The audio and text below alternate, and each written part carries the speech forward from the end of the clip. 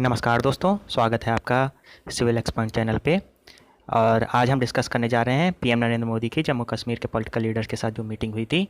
So what was the impact of that meeting and how is it so important for the current scenario and examination point of view.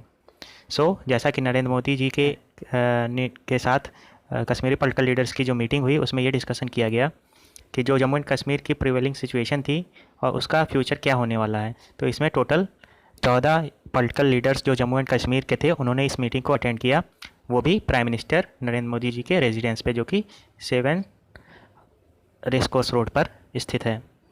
और ऐसी meeting जो political exercise जो थी वो मतलब 5 August 2019 के बाद पहली बार ऐसा हो रहा है जब से आर्टिकल 370 को एब्रोगेट किया गया था। जम्मू एंड कश्मीर का जो स्पेशल स्टेटस दिया गया था हमारे इंडियन कॉन्स्टिट्यूशन में, उसको एब्रोगेट करने के बाद पहली बार ऐसी कोई पॉलिटिकल एक्सरसाइज कंडक्ट की जा रही है। So now we are going to discuss why is it so important. तो इसका क्या महत्व है और ये इतना इम्पॉर्टेंट क्यों है। तो लगभग 3 और 3.5 घंटे की लंबी मीटिंग हुई थी जिसमें जम्मू एंड कश्मीर के पॉलिटिकल एक्शन के फ्यूचर को डिस्कस और चेकआउट किया गया। और जो लीडर्स थे यूनियन टेरिटरी के, थर्सडे को उन्होंने ये डिमांड करी हमारे प्रधानमंत्री नरेंद्र मोदी जी से कि जो जम्मू एंड कश्मीर का स्टेटहुड है उसको वापस रिस्टोर किया जाए और जो इलेक्टेड रिप्रेजेंटेटिव और होल्डिंग है असेंबली इलेक्शंस की उनको वापस किया जाए। और इस दौरान जो पीएम नरेंद्र मोदी थे उन्होंने एक बहुत ही अच्छी बात भी कही जो एक स्लोगन की तरीके से थी। तो इंटरेक्शन के दौरान पीएम मोदी जी ने ये कहा कि we are here to remove Delhi की दूरी एज वेल एज दिल की दूरी, यानी कि दिल्ली की दूरी के साथ साथ हम दिल की दूरी को भी मिटाने के लिए ये मीटिंग कर रहे हैं। Now we are going to discuss who said what, किसने क्या कहा। सो जैसा कि हम लोग देख रहे हैं, नेशनल कॉन्फ्रेंस प्रेसिडेंट और फार्मर चीफ मिनिस्टर जो फारूक अब्दुल्ला साहब वहाँ के बहुत ही बड़े पॉलिटिकल लीडर हैं, उन्होंने मोदी जी को यह अर्ज किया कि ये सेंटर की रिस्पॉन्सिबिलिटी है कि वो जो जम्मू एंड कश्मीर के स्टेटहुड को वापस से रिस्टोर करे और उनके बीच में ट्रस्ट का माहौल पैदा करे। जैसा कि उन्होंने कहा कि लॉस ऑफ ट्रस्ट दिखने को मिल रहा है जो कि बहुत ही तुरंत immediately that is need to be restored, और सेंटर को ये काम बहुत जल्दी से कर लेना चाहिए। उसके बाद उनके जो बेटे हैं अमर अब्दुल्ला और जो फार्मर जम्मू एंड कश्मीर के चीफ मिनिस्टर भी रह चुके हैं, तो उन्होंने ये कहा कि हमने प्रधानमंत्री को ये बताया कि we don't stand with what was done on 5 August 2019, यानी कि हम आपके साथ बिल्कुल नहीं खड़े हैं जो 5 अगस्त 2019 को इतिहास में हुआ, and we are not going to accept it, और वे इस चीज़ को मानने को कभी तैयार नहीं हैं। लेकिन उन्होंने ये कहा कि वो लॉ को अपने हाथ में नहीं लेंगे और वो इसको कोर्ट में चैलेंज करेंगे and they will fight this in court, supreme court में, जैसा भी वो कह रहे हैं।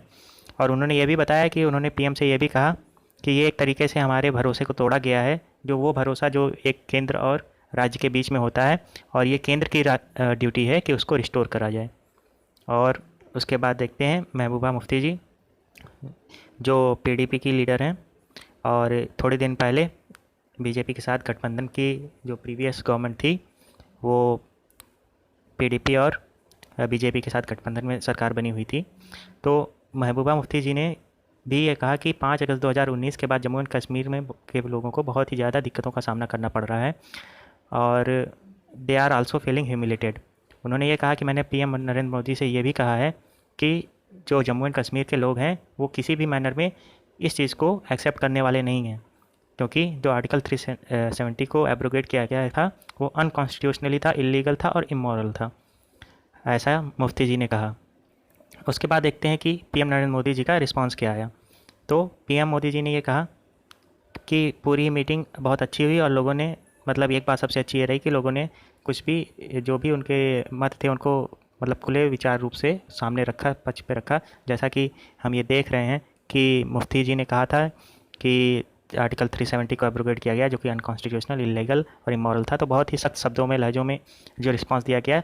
तो संवाद बहुत ज़रूरी है किसी भी डिस्कशन को लेकर, तो इसकी तारीफ़ की पीएम नरेंद्र मोदी जी ने।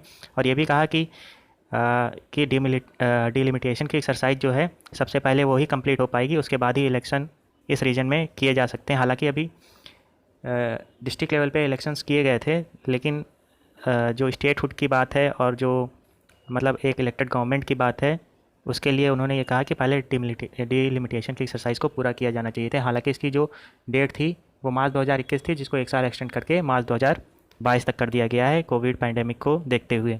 हालांकि ज़रूरी है ये ज़रूरी नहीं कि वहाँ तक ही एक्सटेंड करे, हो सकता है ये चीज़ पहले ही हो जाए डिलिमिटेशन, और एक्सपेक्टेड भी है कि ये उस डेट से पहले ही हो जाएगा। उन्होंने कहा कि जो गवर्नमेंट जम्मू एंड कश्मीर में गवर्नमेंट बनेगी या फिर उसका जो इलेक्टेड गवर्नमेंट बनेगी, वो एक तरीके से जो डेवलपमेंट की ट्रैजेक्टरी है जम्मू एंड कश्मीर में उसको स्ट्रेंथन करेगी, और एक अच्छा डेवलपमेंट बूस्ट देखने को मिलेगा जम्मू और कश्मीर में जल्द ही हाल ही में। और इसी के साथ हम चाहते हैं ऐसे नए नए करंट के टॉपिक पर आपके साथ डिस्कस होते रहेंगे।